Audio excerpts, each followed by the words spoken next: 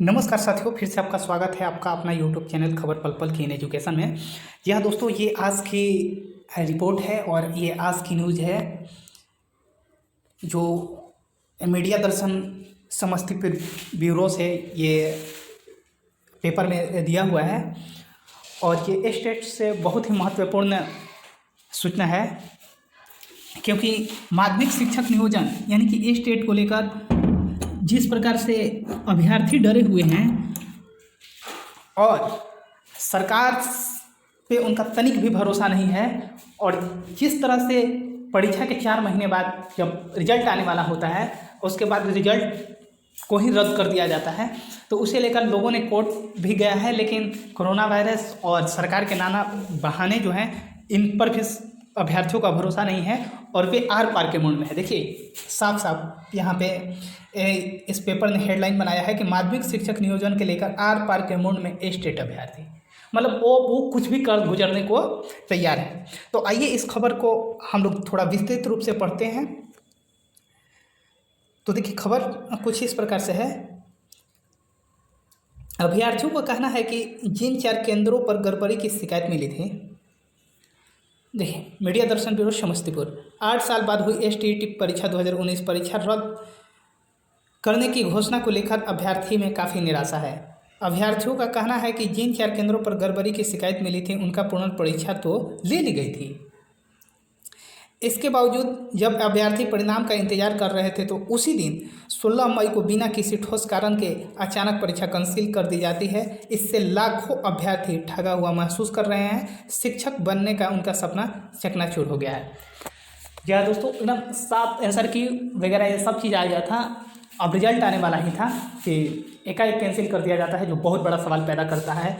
और सबसे तो बड़ी दुख की बात है कि 8 साल बाद भी एक परीक्षा लेने में बीएसईबी बोर्ड सबसे नहीं होती है, और उसके जो अध्यक्ष हैं आनंद किशोर जी, अभी तक उनको बर्खास्त भी नहीं किया गया है।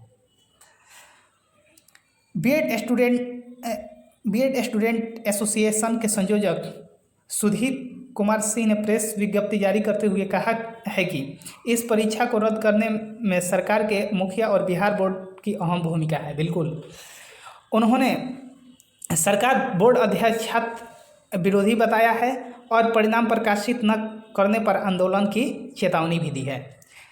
एसटीईटी परीक्षा में धांधली के कोई पुख्ता सबूत नहीं मिले थे।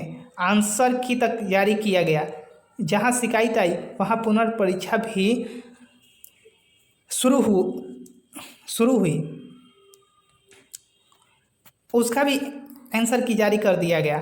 फिर बोर्ड द्वारा मीडिया ने बताया कि जल्द ही रिजल्ट प्रकाशित होगी, लेकिन परिणाम जारी करने के कुछ देर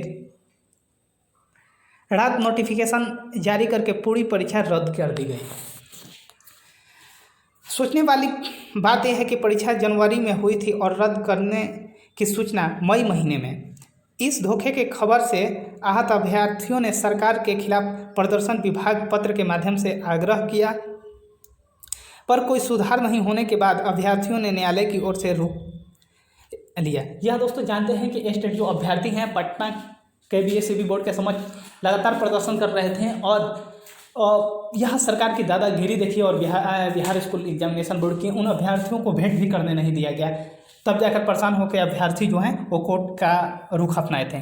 इसके खिलाफ 3 केस हाई कोर्ट में है। कोर्ट ने ओएमआर सीट को सुरक्षित रखने को कहा है। अगली सुनवाई शीघ्र ही हो रही है।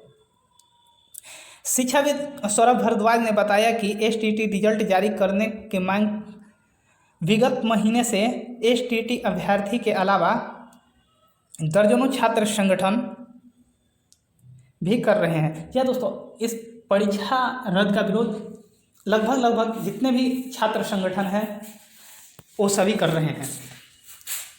अभ्यर्थी भी लगातार विभिन्न सोशल मीडिया से अपनी बातों को लगातार रख रहे हैं। अभ्यर्थी ने यह आरोप लगाया कि शिक्षा विभाग और बिहार बोर्ड अपनी तमाम नाकामियों कोरोना और लॉकडाउन के आड़ में छिपा रही है। राज्य में शैक्षिक बेरोजगारी चरम सीमा पे है और सरकार शिक्षक अभ्यर्थियों के साथ वर्षों से छल करते आ रही है, जिससे अभ्यर्थियों का भविष्य अंधकारमय हो गया है।